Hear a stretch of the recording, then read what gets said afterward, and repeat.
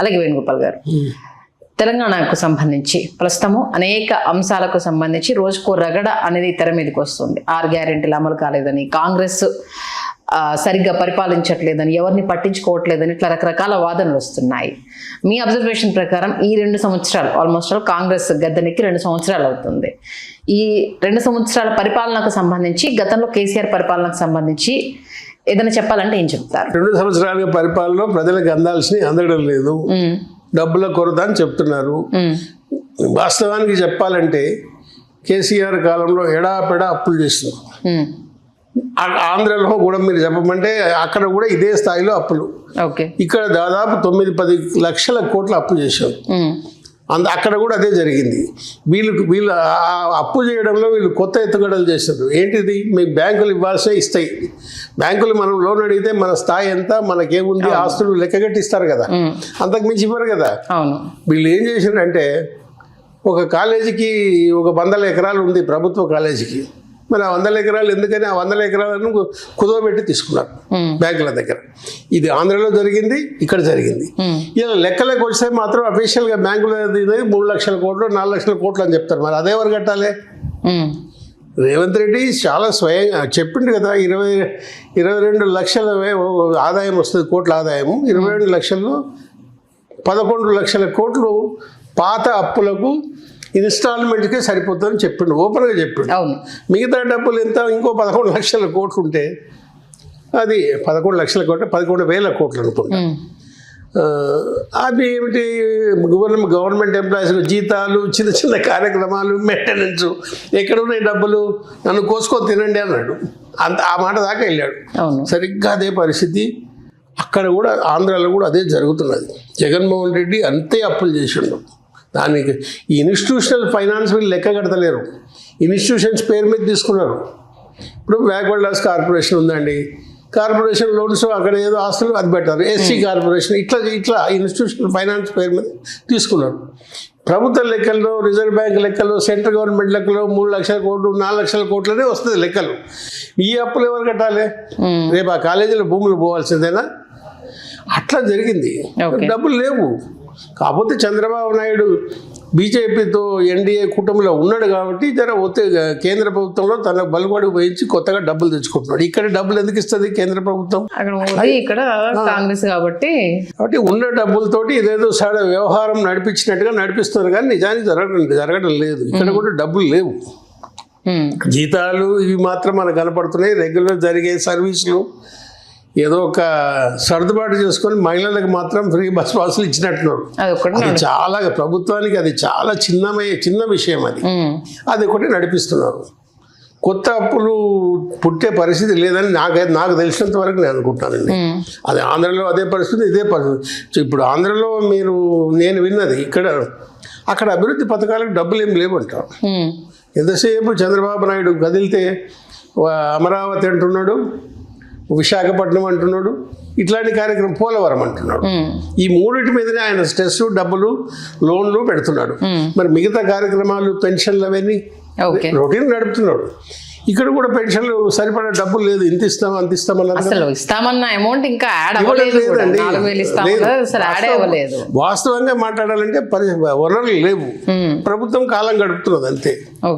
అది ప్రజలు అంటే కేసీఆర్ చేసిన బాటలోనే ఇతను పోతున్నాడు. ఇతనికి డబ్బులు అప్పు లేదు. మేము మా రోజుల్లో, కాంగ్రెస్ ఉన్న రోజుల్లో మేము యాక్టివ్గా పనిచేసినప్పుడు మహా అంటే రాష్ట్ర బడ్జెట్ అప్పు ఎంత ఉండేది తెలుసా అండి? 1,00,000 కోట్లు, 1,70,000 కోట్లు. అప్పటి ప్రభుత్వాల అప్పు. ఇక్కడ 70,000 కోట్లు, ఇప్పుడు 9 లక్షల కోట్లు అంటే మాటలా? ఫలితంగా అంటే మొత్తం అన్ని రాష్ట్రాల్లో పెరిగి ఉంటుంది. మరి దానికి తగ్గట్టు అసెట్, ఆదాయం కూడా పెరగాలి కదా, అంత ఉన్నట్లేదు. మీరు అంటే గత కాంగ్రెస్ పాలన చూశారు, ఇప్పుడు ఒక దశాబ్దం తర్వాత మళ్ళా తెలంగాణలో కాంగ్రెస్ పాలన చూస్తున్నారు. అప్పటి కాంగ్రెస్ పాలనకి ఇప్పుడు కాంగ్రెస్ పాలనకి ఏమన్నా పొంతన ఉందా? అప్పుడు లేదు. ఇప్పుడు అభివృద్ధి నేను ఇందాకనే అనుకున్నాం కదా, ఇప్పుడు అభివృద్ధి చేయడానికి డబ్బులు లేవు. అప్పటి కాంగ్రెస్ పరిపాలనలో కార్యక్రమాలు అమలు జరిగినాయి, కొన్ని డెవలప్మెంట్ స్కీమ్స్ తీసుకున్నారు, చేసిండ్రు. కాకపోతే అవినీతి కార్యక్రమాలు అప్పుడు ఉన్నాయి, ఇప్పుడు కూడా ఉంటాయండి. ఈ లెవెల్లో, ఆ లెవెల్లో, ఇక్కడ లెవెల్లో అక్కడ ఉంటాయి. దాన్ని ఎవరేం చేయలేరు. అవినీతి జరుగుతుంది. ఇప్పుడు అభివృద్ధి కార్యక్రమాలకు డబ్బులు అయితే లేవు గవర్నమెంట్ పరంగా చెప్పాలంటే. గతంలో ఉన్న డబ్బుల్లో అడ్జస్ట్ చేసారు. మరి అన్నీ బాగా కట్టింది కదా, నాగార్జున సాగర్, పోచంపాడు ఇట్లాంటివన్నీ. అంటే మొత్తం ఆంధ్రలో కూడా ఇవన్నీ కట్టుకున్నారు కదా. ఎలక్ట్రిసిటీ స్టేషన్లు, ఇబ్రాహీంపట్నం థర్మల్ స్టేషన్, ప్రాజెక్టులు. ఆ రోజుల్లో డబ్బులు. మరి ఇప్పుడు అంత డబ్బులు ఎక్కడ ఉన్నాయి? ఓకే. అయితే వనరులు, కోరికలు పెరిగినాయి, ఖర్చులు పెరిగినాయి, ధరలు పెరిగినాయి. కాబట్టి పెద్ద ఎత్తున కోట్లలో అప్పులు చేస్తున్నారు. ఏంటి అసలు కేసీఆర్ గారి పాలనకి రేవంత్ రెడ్డి పాలనకి ఉన్న వ్యత్యాసం ఏంటంటే ఏం చెప్తారు? కేసీఆర్ పాలన 12 ఏళ్ళు చేసిండండి. ఏం చేసిండు? విచ్చలవిడిగా అవినీతి కార్యక్రమాలు జరిగినాయి. మొదట్లో తెలంగాణ వచ్చిన రోజుల్లో ఏమన్నాడు? నా కొడుకును నా కూతుర్ని తీసుకురారు, వాళ్ళు అమెరికాలో ఉద్యోగాలు చేస్తున్నారు, దళితుడిని ముఖ్యమంత్రి చేస్తున్నాడు. చేసిండా? ఎందుకు చేయలేదు? వాళ్ళే మీరే ఉండాలనేసి ఒత్తిడి తీసుకొచ్చారు. ఎవరు తీసుకోలే. నేను నా భార్య ముసలిది పావుషేరు వండుకొని తింటాం, కాపలా కుక్కలాగా ఉంటా అన్నాడు. ఒత్తిడి తెస్తే నువ్వెట్లవుతాడు? నిజమైన ఇదైతే గాంధీ ఇంత స్వాతంత్రం తెచ్చి దేశానికి ప్రధాని కావాలని కోరుకోలేదు కదా. ఎందుకు కాలేదు మరి? కామరాజుకు తమిళనాడులో గొప్ప పేరు, కాంగ్రెస్ అక్కడ పెద్ద పదవులు కోరుకోకుండా వచ్చాడు కదా నేషనల్ పాలిటిక్స్లోకి. ఇలా ఒత్తిడి చేయడం నువ్వేటి వచ్చినావు? ఏమైంది? కూతురు ప్రమేయం, కొడుకు ప్రమేయం జరిగిందా? ఇవాళ ఎంత లక్షల కోట్లు సంపాదించారు వాళ్ళు? అందరూ చెప్తున్న విషయమే కదా. ఎట్లకెళ్ళి వచ్చింది? ఆ వర్గం ఒక్క వర్గాన్నే పెంచి పోషించుండు. ఆయన వర్గాన్ని, కేసీఆర్ వర్గాన్నే పెంచి పోషించుండు. వాళ్ళ భూములు, ధరణి అనేది పెద్ద ఫ్రాడ్ అండి. ధరణి భూములు ఉన్నాయి కదా, ఆ భూములు ఫ్రాడ్ చేసి వాళ్ళకి అప్పచెప్పిండు. అందరి నెంబర్లు మార్చిండు. అసైన్డ్ భూములను పట్టా భూములు చేసిండు, పట్టా భూములను అసైన్డ్గా చేసిండు. ధరణి అనేది పెద్ద ఫ్రాడ్. ఆయన ఎడాపెడా అప్పులు చేసిండు కాబట్టి కొన్ని కార్యక్రమాలు చేసిండు. ఇవి చెరువుల పునరుద్ధరణ, రోడ్లు, వనాలు, అడవులు పెంచడం, రైతు బంధు ఇవ్వడం. రైతు బంధు ఇచ్చిండు, అది సన్నకారు చిన్నకారు రైతులకు హెల్ప్ జరిగింది. ఇది 5 ఎకరాలు 10 ఎకరాలు. కానీ ఆ పేరున 50-100 ఎకరాల కూడా తీసుకున్నారు కదా రైతు బంధు. హాయిగా ఎంజాయ్ చేసారు వాళ్ళు. దాంతో కొంత ఇబ్బంది ఇప్పటి గవర్నమెంట్ ఇవ్వలేకపోతున్నది. అవును. కేసీఆర్ పరిపాలన వాగాడంబరం, మాటలు, కొన్ని వర్గాలను పక్కకు పెట్టుకోవడం. మంత్రి పదవులు ఎవరికి ఇచ్చిండండి చెప్పండి? అగ్రకులాలకే ఇచ్చిండా? మంచి శాఖలు ఎవరికి అప్పచెప్పిండు కేసీఆర్? తెలంగాణ అనేది నీ ఒక్కరి త్యాగాల వల్ల రాలేదయ్యా. 1969 అప్పుడు జరిగింది ఉద్యమం. 369 మందిని బ్రహ్మానంద రెడ్డి ఫైరింగ్లో చంపాడు. ఆ రోజు జరిగిన ఉద్యమం తర్వాత కాంగ్రెస్ వాళ్ళు దాన్ని ఒత్తిడి చేసి ఆపారు. కాబట్టి ఆ ఉద్యమం అట్లనే ఉన్నది, ఆరిపోలే ఆ జ్వాల. తర్వాత జరిగింది, నువ్వు వచ్చినావు. మరి నేను ఒక్కడనే తెలంగాణ తెచ్చానని ఎట్లా చెప్పగలుగుతావు? సోనియా గాంధీ కూడా ఇచ్చినది కదా. సోనియా గాంధీ ఇవ్వకపోతే వచ్చేదా? పార్లమెంట్లో అంత గొడవ అయింది కదా. ఏది? వాళ్ళు లగడపాటి రాజగోపాల్ పొగ బాంబు వేసిండు కదా. పొగ బాంబు వేసిండు. ఇప్పుడు మంత్రిగా ఉండే పొన్నం ప్రభాకర్ స్పృహ తప్పి పడిపోయిండు. ఆ పరిస్థితుల్లో బీజేపీ వాళ్ళు సపోర్ట్ చేయడానికి ఒప్పుకొని, ఈ గొడవ ఉన్నది, కాంగ్రెస్ మనల్ని మోసం చేస్తుంది, ఆఖరి నిమిషంలో చేయిస్తుంది, బిల్లు ఏదేమో అనే భయంతో మేము సపోర్ట్ చేయమని వెళ్ళిపోయారు లోపలికి. ఆమె సుష్మా స్వరాజ్. తర్వాత మరి పొన్నం ప్రభాకర్ పోయి ఆమె కాళ్ళు మొక్కి తీసుకొచ్చిండు కదా, సపోర్ట్ చేసిన. సోనియా గాంధీ ఒకటే చెప్పిందట, ఆంధ్ర నాయకులను అందరికీ మంత్రి పదవులు వచ్చింది చూసిరా. 7 మందికి మంత్రి పదవులు ఇచ్చింది. కొత్తగా 5 మందికి ఇచ్చింది ఆంధ్ర నుంచి. వాళ్ళందరినీ ఆంధ్ర నాయకులంతా పిలిచి, నేను తెలంగాణ ఇవ్వదలుచుకున్నా, వాళ్ళకు వాగ్దానం చేసిన, పిల్లలు చచ్చిపోతున్నారు, ఫైరింగ్ అవుతున్నది, వాళ్ళు ఆత్మహత్య చేసుకుంటున్నారు, నేను తెలంగాణ ఇస్తున్నాను, ఎలక్షన్ల ముందర ఇస్తున్నాను, మీకేం కావాలో కోరుకోమన్నారు. అంటే అప్పుడే ప్రత్యేక హోదా ఇవన్నీ అడిగితే వచ్చాయి కదా అవన్నీ. అట్లా అడగకుండా బయటకు వచ్చి తిట్టడం ప్రారంభం చేశారు. తెలంగాణ అయిపోద్దు, మేము రాష్ట్ర విభజన జరగొద్దు అని బూతులు తిట్టడం ప్రారంభం చేశారు. ఆగిపోయింది. ఆ రోజు ఒకవేళ మీరా కుమార్ కూడా లేచి వెళ్ళిపోయింది పార్లమెంట్లో. ఇంత గొడవ అయినాక నేను బిల్లు అని వచ్చే గవర్నమెంట్, ఎలక్షన్ల ముందు జరిగింది ఇది, వచ్చే గవర్నమెంటే ఆమోదించాలని. వచ్చే గవర్నమెంట్లో వచ్చేదా? మోడీ ఏమన్నాడు? మోడీ 10 వ్యతిరేకి తెలంగాణకు ఏమన్నాడు? ఆపరేషన్ చేసి తల్లిని చంపి పిల్లలు తీసిన అన్నాడా? అవును. అప్పుడు జయపాల్ రెడ్డి ఇప్పుడు మంది చనిపోయింది కదా, ఇప్పుడు ముఖ్యమంత్రి మామ కేంద్ర మంత్రి జయపాల్ రెడ్డి గారు ఆయన తీసి ఇట్లాంటి గలభాలు పాండమోనియం జరిగిన సందర్భాల్లో కూడా బిల్లును పాస్ అని చెప్పొచ్చు అని చెప్పి మీరా కుమార్తో ఆమోదింపజేసాడు. లేకపోతే వాయిదా పడితే తెలంగాణ వచ్చేది కాదు. ఓకే, అది అసలు సంగతి కేసీఆర్ చేసింది. కేసీఆర్ తన వంతు పని తను చేసిండు, ఉద్యమాన్ని చివరి దశలో నడిపించిండు వచ్చిండు. కానీ మొత్తం నా కుటుంబం, నీ కుటుంబము, నీ వర్గము, ఆయన వర్గమే కదా.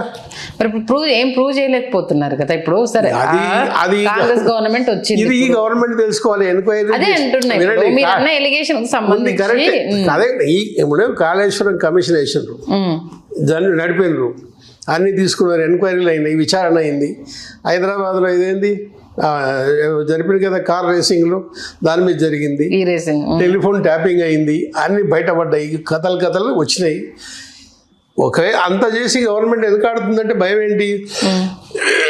మనం తెస్తే మనం జైల్లోకి పంపిస్తే మళ్ళీ గెలుస్తారని భయమన్నా ఉండాలి. అంటే వాళ్ళు గెలుస్తారనా? అంతే కదా. ఇప్పుడు తప్పు చేశారని నిరూపించినాక వాళ్ళకు అది చేయొచ్చు, అది ధైర్యం ఉంటే చేయాలి. వీళ్ళ మనస్తత్వం కూడా కొంత ఉంటది కదా. ఇప్పుడు చంద్రబాబు నాయుడు జగన్ జైల్లో పెట్టకపోతే వచ్చేదా? ఓకే, ఆయన క్లోజ్ సపోర్టర్ ఉండవల్లి ఏది అరుణ్ కుమార్ అంటున్నాడు కదా, జైల్లో పెట్టినాడే ఓడిపోయిండు అని అంటున్నా. ఓకే, అంటే జైల్లో పెట్టకపోయిండుంటే జగన్ గెలిచేవాడా? ఇంత దారుణంగా ఉండేది కాదు, ఓటమి ఇంత దారుణంగా ఉండేది, దగ్గపరగా ఉండేది. ఓకే, అది కూడా కోర్టు కొట్టేసింది కదా, చంద్రబాబు నాయుడు రిలీజ్ చేసింది కదా. అవును. ఈ రాజకీయంగా వీళ్ళు భయపడుతున్నారు, ఒక దానికి భయపడుతున్నారు, చర్యలు తీసుకోవడానికి భయపడుతున్నారు. కానీ తీసుకుంటారేమో తెలియదు, ఎలక్షన్ల ముందు తీసుకుంటారు, ఎప్పుడు తీసుకుంటారు. ఇన్ని కేసులు, ఒక కేసు కాదు, చాలా ఉన్నాయి. మరి ఎట్లా కేసీఆర్ ఎట్లా చెప్తాం మనం? ఆయన పని కట్టుకొని కొన్ని వర్గాలను దగ్గర తీసిండు, అందులో అగ్రకులాలకు చాలా చేసిండు, పేద వర్గాలకు ఏమి చేయలే. ఇప్పుడు ఆయనే పేద వర్గాల నుంచి కనీసం ఆయన మాకు టైంకి రైతు బంధు చేశాడు, టైంకి పెన్షన్, ఆయన అన్నమాట ప్రకారం పెంచిన పెన్షన్ చెప్తున్నానండి, కళ్యాణ లక్ష్మి ఇచ్చాడు, షాదీ ముబారక్ ఇచ్చాడు. ఇప్పుడు ఏమైంది? ప్రెగ్నెన్సీ. ఇప్పుడు ఏ పరిపాలకుడు చెడ్డవాడు కాదండి. నాణ్యానికి రెండు వైపులు ఉంటది. ఒక వైపున ఇవి, ఆ వైపున ఇంకా అవి.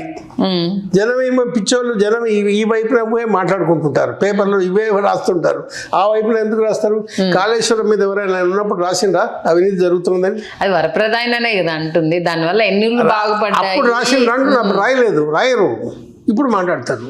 ఇప్పుడు కూడా ఎవరు దాని గురించి, ఆ చుట్టుపక్కల ప్రజలు అయితే ఎవరు దాని గురించి కాళేశ్వరం. మరి ఆయన కూతురు కవితనే అంటున్నది కదా, ఒక ఎకరం కూడా రాలేదు కాళేశ్వరం వల్ల, ఇప్పుడు అంటుందా లేదా?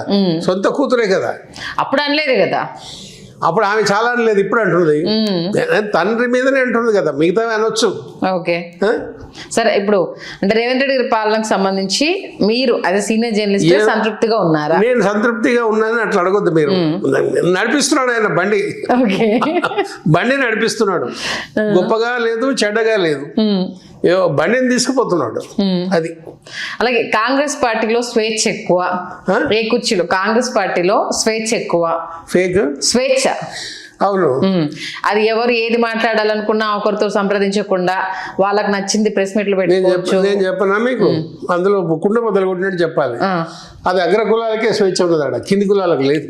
ఓకే, అప్పుడే వాడికి కింది కులవాడు వాడు ఇట్లా ఈ స్వేచ్ఛను ఉపయోగించుకుని ఏదైనా స్టేట్మెంట్ ఇచ్చిన అనుకోండి, తెల్లారి షోకాస్ నోటీస్ పోతుంది. ఓకే, సస్పెండ్ అంటారు. అగ్ర కులాలను తిడితే ఏమన్నారు, చూసుకుందాంలే, మనోడే కదా అని ఊరుకుంటారు. అది కాంగ్రెస్ కుల పద్ధతి.